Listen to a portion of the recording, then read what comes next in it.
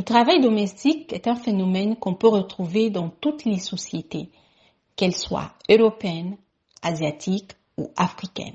C'est un sujet à la fois sensible, limite tabou, mais une réalité semblable, mais dans des contextes différents.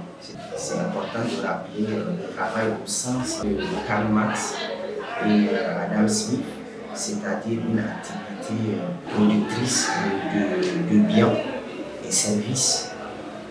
Et donc, du coup, le travail domestique, c'est le travail qui se fait dans le cadre de la famille, d'une maison, d'un domicile et tout cela. Et ce travail domestique peut être à la fois salarié ou non salarié. Le travail domestique est le fruit d'une socialisation d'un concept fort dans notre société. Dès le bas âge, si vous voulez, les enfants sont socialisés. Et cette socialisation pousse certains enfants, notamment les filles, à s'occuper, à exécuter les tâches dites qui travaillent domestique. On va initier la petite fille à faire la vaisselle et on ne va pas forcément initier le petit garçon dans le même sens. Dès qu'on dit travail domestique, il est collé à l'image de la femme. On dit que c'est son travail à elle. Généralement, c'est des travaux destinés aux femmes qui sont au foyer.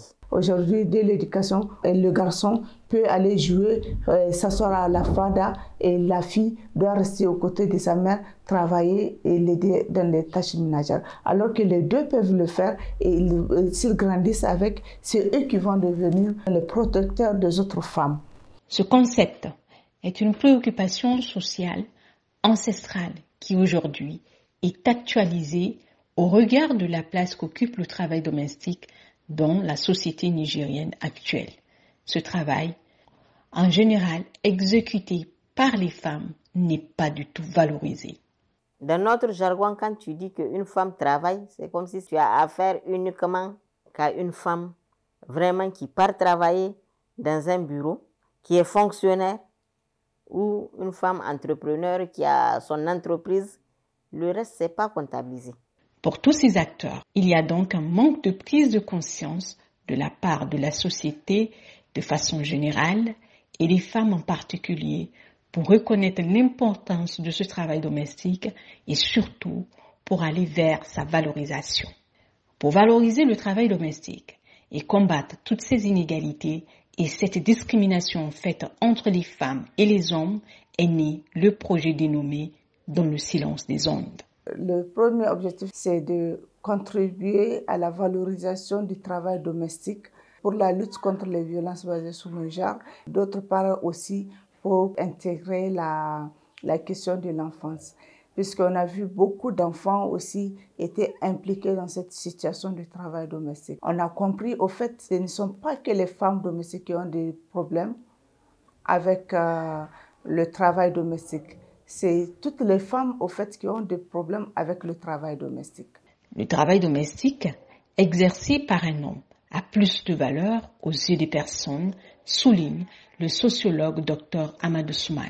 Il y a un sexisme qui ne dit pas son nom, il n'y a pas la reconnaissance sociale et même du côté de la rémunération, le salaire à travail égal, le salaire diffère entre un homme et une femme. Quand c'est une femme qui l'exécute, on considère ça comme quelque chose qui relève de la norme, du normal. Mais quand c'est un homme qui le fait, non, là, ce n'est plus normal, ça relève de l'anormal. Il existe, selon tous ces différents acteurs, une discrimination entre les femmes domestiques locales, appelées communément Goïsé, Anzarma, et celles venues généralement des pays côtiers. Les filles saisonnières du Niger sont mal rémunérées contrairement aux filles qui viennent des pays côtiers. C'est pas moins de 40 000, 50 000 aujourd'hui. Tandis que les filles saisonnières ont entre 10 000 et 25 000. Alors que le SMIC même est à 39 000 et quelques francs CFA. Et comme elles viennent de la campagne, Et ce prix-là, avant, c'était dans les 3 000 par mois. Elles font tout genre de travail. Et ce constat, nous l'avons fait avant 2003. On passe de village en village pour récolter ces femmes-là. D'autres, s'il vous plaît, ont moins de 10 ans. Et il y en a qui sont mariés, il y en a qui ne le sont pas. Et quand on les amène, on les met dans un enclos, une maison, et on demande maintenant aux personnes nantis, aux fonctionnaires ou aux riches, tu ne négocies jamais avec ces enfants-là, ou avec ces femmes, ou avec ces domestiques. Tu négocies avec celui qui les amène ou celle qui les amène. Tu ne payes pas directement la personne qui fait le travail. Lors de nos enquêtes, de nos interventions que nous faisons, nous avons eu à avoir des révélations qui nous disent que nous, on ne sait même pas combien nous sommes payés. Regardez ce que ça fait. C'est peut-être un préjugé là aussi à déconstruire. On a tendance à considérer que les bonnes qui viennent des pays extérieurs sont plus qualifiées que les bonnes locales, ce qui n'est pas forcément le cas. Et donc, du coup, là aussi, il y a une discrimination qui ne dit pas son nom au niveau de ces deux catégories de travailleuses domestiques. Le travail domestique épuise beaucoup ces femmes qui associent vie active et professionnelle aux tâches ménagères. Dans ce cadre, elles sont nombreuses à subir des violences de toutes sortes. Plusieurs cas gérés par l'ONG SOS Femmes, Enfants, Victimes de violences conjugales. Ces filles-là subissent des violences au niveau de leur lieu de travail. Et les formes de violence qu'on a constatées, il s'agit du harcèlement sexuel, du viol. En dehors du viol, il y a des filles même que leur patronne frappe. Nous avons eu à gérer tous ces cas-là. Et certaines filles travailleuses domestiques qui, à la fin du mois, aussi souffrent pour rentrer dans leurs droits en termes de rémunération. Il y a des patronnes qui refusent de les payer. Elle travaille de jour et la nuit. Et la dernière à se coucher, mais quand tu lui poses la question, tu fais quoi? Elle dit, je ne fais rien. Pourquoi? Parce que pour elle, ce n'est rien. Or, c'est tout. C'est tout ce poids-là qui l'a empêché de s'épanouir, tout ce poids qui l'a empêché d'aller de l'avant et tout ce poids qui est peut-être la source de beaucoup de ces maladies dont elle travaille. Et donc, il y a un manque de prise de conscience de la part de la société de façon générale et des femmes en particulier pour revendiquer en fait et pour aller dans ce que j'appelle la voie pour se libérer, pour s'émanciper. Il est donc urgent de sensibiliser les femmes, insistent les responsables de l'ONG Forge et Art. Il faut que les hommes, les patrons comprennent cela, l'État comprenne cela, que le travail domestique est un poids et ce poids-là doit être considéré, il doit être valorisé, sous quelque forme que ce soit. Ce travail doit être valorisé. Et donc l'impact que nous recherchons, c'est que les choses changent. C'est un travail comme tous les autres travails, tout le monde doit s'impliquer et tout le monde doit contribuer aussi à cette valorisation de ce travail qui constitue quand même un poids pour toute la famille, puisque le travail domestique regroupe en lui, c'est le bien-être de la famille, c'est la santé, c'est la sécurité, c'est la protection. Souvent, la violence que ces femmes subissent, pour la plupart, les hommes sont à la base. Leur manque d'implication, leur manque de compréhension, leur manque de compassion font qu'on ne peut pas sensibiliser les femmes et laisser les hommes à l'écart de ça. Il faut dès à la base que l'enfant soit au centre de l'éducation en ce qui concerne toutes les activités, toutes les tâches qui sont à l'intérieur. Il n'y a pas de tâches pour filles ou garçons. En général, dans nos communautés, le travail domestique concerne toutes les catégories de femmes. C'est les femmes domestiques, c'est-à-dire les travailleuses domestiques qui ont fait de ça leur travail, mais qui n'est pas valorisé. Quasiment toutes les femmes qui travaillent s'occupent aussi des tâches ménagères. Et ça, c'est aussi, une fois de plus, une réalité qu'on va retrouver dans toutes les sociétés. Donc, une femme qui travaille, par exemple, est obligée, quand elle rentre chez elle, elle est obligée de s'occuper des tâches domestiques, mais aussi de s'occuper des enfants, ce qui n'est pas le cas pour beaucoup d'hommes.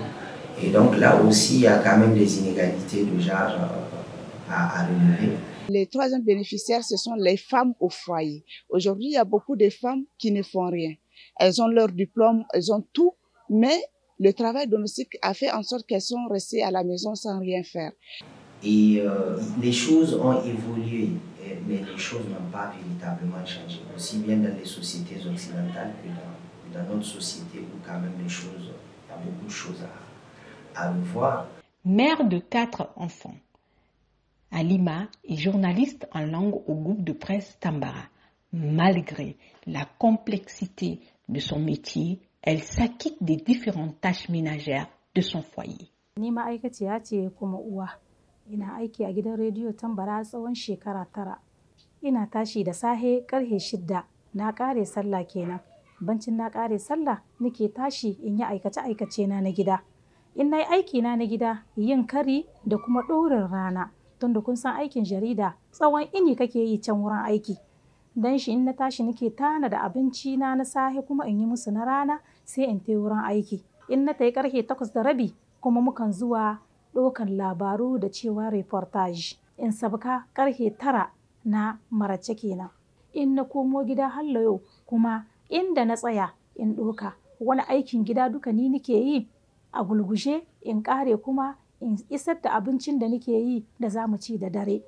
In na ƙare da kwai karatu da nake ba yara, ina da yaro ƙarami wanda yake sai nikan ba shi karatu. Yanzu kai kuma wajen ƙarfe 13 lokacin nan mukan zuwa mu kwanta. Kamar yadda kuka gani yadda nake aikin gida kuma in gudu kuma in yi aikin wurin aiki.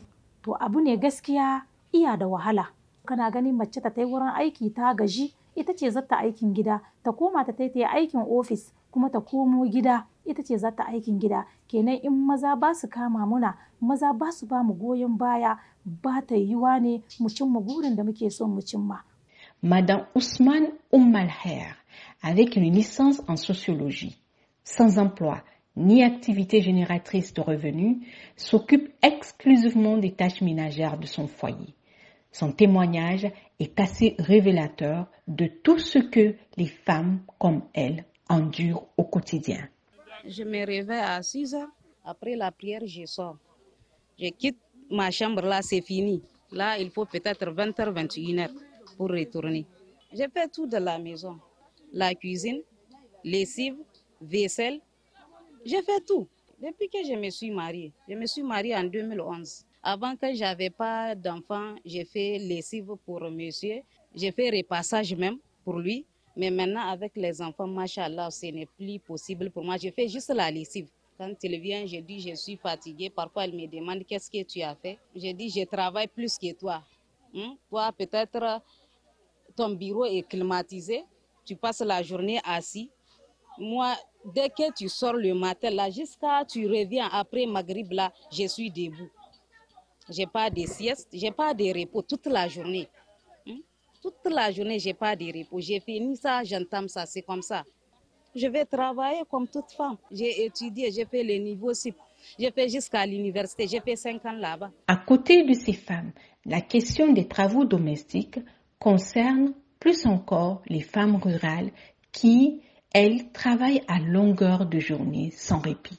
Les femmes qui sont en milieu rural, dans leur majorité, elles sont là à longueur de journée, de 6 heures du matin jusqu'au soir. Elles ne se reposent pas. Parmi elles, selon une enquête que nous avions diligentée, plus de 10 ans de cela, il y a certaines d'entre elles qui nous disent que quand elles se réveillent à 5 heures ou 6 heures du matin, c'est pour se coucher à minuit ou 1 heure du matin. Donc tu vois, tout ce travail n'est pas comptabilisé en fait. Aux yeux de certains maris, quel que soit ce qu'elle abat comme travail, n'est pas reconnu, parce que l'homme se dit qu'elle est obligée de faire ça. Il est de son devoir d'exercer ses travaux domestiques-là au sein du foyer. Il y en a même qui ouvrent la bouche pour dire à la femme, tu es venue pour ça et tu dois le faire. Donc tu vois, il y a la violence verbale et psychologique. Chaque fois quand tu répètes ça à la femme, ça lui fait mal. Avec ce poids, comment la femme, dans ce contexte, peut émerger dans le cadre socio-professionnel? Une fois de plus, tous les acteurs sont unanimes que le travail domestique en lui-même constitue un frein à l'autonomisation de la femme. Le travail domestique empêche à la femme de s'émanciper, mais aussi de s'autonomiser. Quand nous prenons l'exemple des femmes ménagères, qui ne sont pas des fonctionnaires et qui n'ont aucune activité génératrice de revenus, elles sont là juste pour faire les travaux domestiques au sein du foyer. Je vous donne un exemple par rapport au monde universitaire. Si une enseignante doit s'occuper de sa carrière et de sa famille, c'est sûr qu'au niveau de la production, qui est quand même un élément clé pour avancer dans la carrière, à un moment ça va lui poser problème. Elle ne peut pas dégager suffisamment de temps pour produire et aussi pour s'engager dans le monde associatif, par exemple.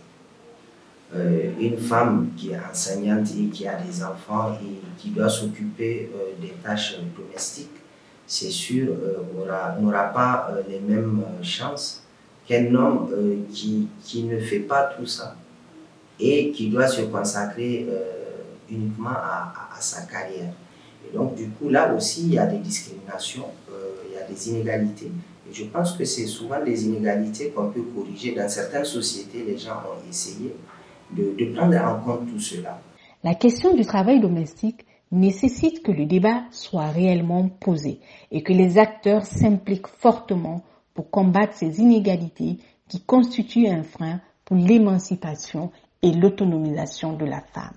Au début, les femmes, même les hommes, trouvaient que c'était un tabou de parler de travail domestique puisque c'est une coutume, c'est une pratique qui est là et ça ne doit pas changer. C'est normal pour eux. Il y a beaucoup de défis à relever et puisque c'est un travail, c'est une recherche que nous sommes en train de faire pour pouvoir trouver des solutions adaptées, des solutions durables, vraiment pour le développement, pour la promotion des droits des femmes et la lutte contre les inégalités et pour le bien-être de la famille. Ce n'est pas gagné d'avance, c'est des rapports sociaux de force. Il faudrait forcément un moment au sein de la société, de chaque société, qu'il y ait d'abord le débat.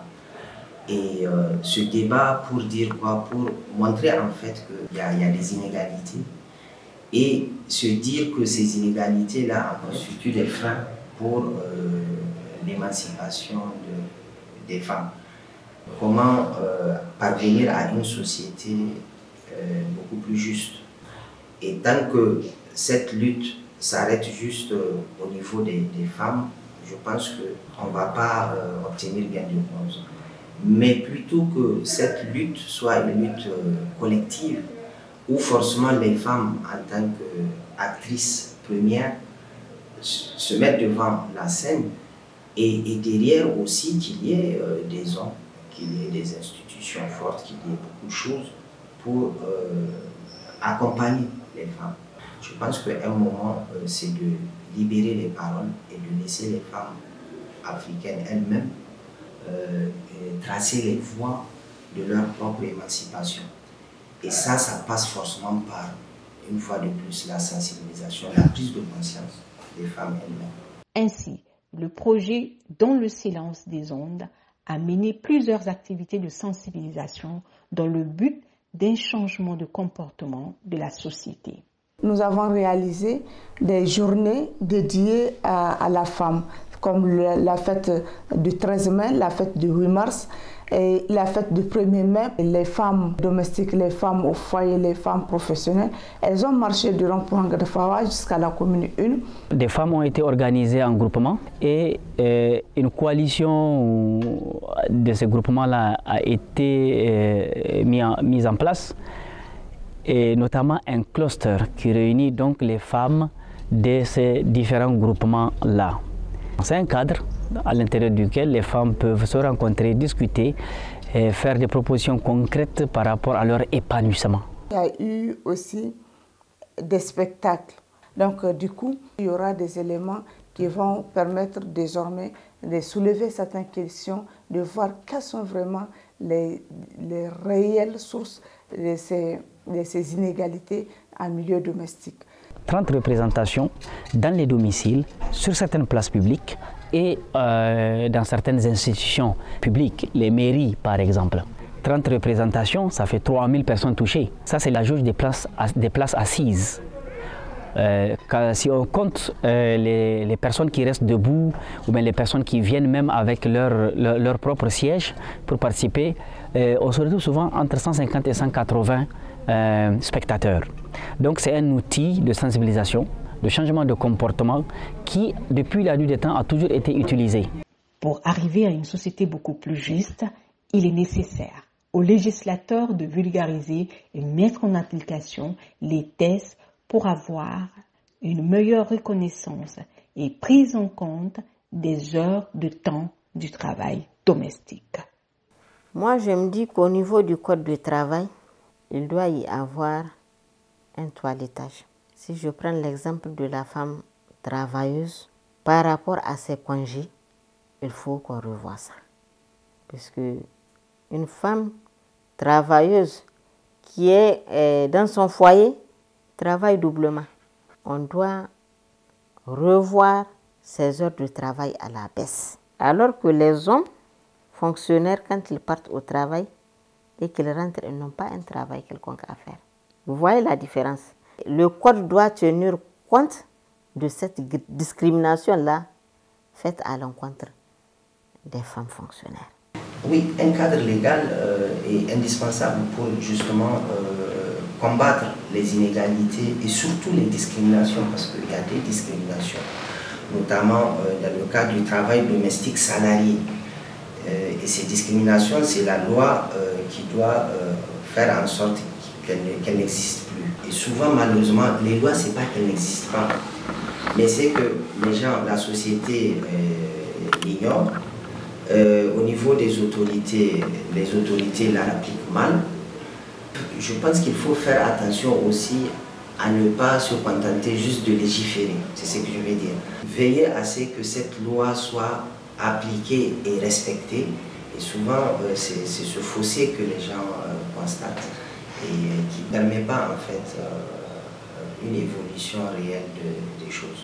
Il est bon de savoir que pour prévenir et répondre aux violences basées sur le genre, le gouvernement nigérien a élaboré, suite à une étude commanditée en 2015 par l'État avec l'appui de l'UNFPA, une stratégie nationale de prévention et de réponse aux violences basées sur le genre avec un plan d'action quinquennal 2017-2021. Cette nouvelle stratégie, qui prendra en compte certains paramètres issus de l'évaluation de la première stratégie nationale, est en cours de révision.